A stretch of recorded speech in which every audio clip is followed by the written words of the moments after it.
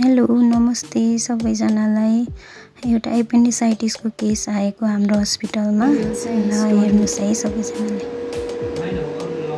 फुटेको रहेछ के अलिकति धेरै दुखिरहेको थियो नि त। यो सानो गोलो छ नि त्यसमा चाहिँ पत्थरी भएको थियो है। अहिले चाहिँ त्यो देखेको छैन। पत्थरी छैन अहिले चाहिँ छैन है। त्यो फुटिसक्यो नि त। फुटेर आज चाहिँ देखेको छैन। हिजो देखिरहेको थियो।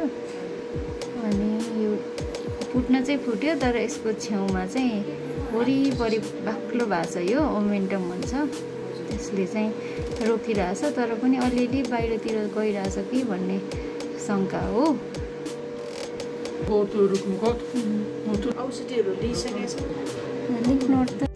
Thank you for watching. Video मन पर्यो भने सब्स्क्राइब गरिदिनु।